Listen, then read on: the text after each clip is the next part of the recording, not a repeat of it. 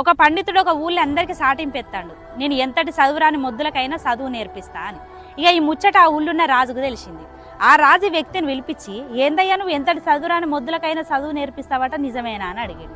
అప్పుడు ఈ వ్యక్తి ఏమన్నాడంటే, నిజమే రాజా, నాకు వరహాలు ఇస్తుండాలనే కానీ నేను గాడిద చేత కూడా వేదం నేర్పిస్తా అన్నాడట. అప్పుడు ఆ రాజు ఏమన్నాడంటే, మా కొట్టంలో ఒక గాడిద ఉన్నది, దానికి వేదం నేర్పియాలి, ఎంత తీసుకుంటావు అని అడిగాడు. అప్పుడు ఈ వ్యక్తి ఏమన్నాడంటే, నాకు ఒక 10 సంవత్సరాల కాలం ఇయ్యిర్రి, 10,000 వరహాలు ఇయ్యిర్రి, నేను వేదం నేర్పిస్తా అన్నాడు. అప్పుడు ఆ రాజు ఏమన్నాడంటే, సరే నీకు 10,000 వరహాలు ఇస్తా, కానీ నువ్వు ఈ 10 సంవత్సరాలలో కనుక వేదం నేర్పియకపోతే నీ తల తీసేస్తా అన్నాడు. ఈ వ్యక్తి సరే అన్నాడు. ఇక అటెడ్ పోయినాక ఒక వ్యక్తి వచ్చి, ఏందయ్యా జీవిత కాలం పట్టినా కూడా గాడిద చేత వేదం నేర్పించలేవు, నువ్వు ఎట్లా మాట ఇచ్చినావని అన్నాడు. అప్పుడు ఈ వ్యక్తి అన్నాడంటే, ఈ 10 సంవత్సరాలలో నేనే పోవాలని ఏమున్నది, రాజే పోవచ్చు గాడిదే పోవచ్చు అన్నాడట. అందుకోసమే మనం ఒక్కొక్కసారి తెలివిగల అని అనుకుంటాం, కానీ మనకంటే తెలివిగా వ్యవహరించే వాళ్ళు చాలా మంది ఉంటారు. కొంచెం చూసి మెదులు.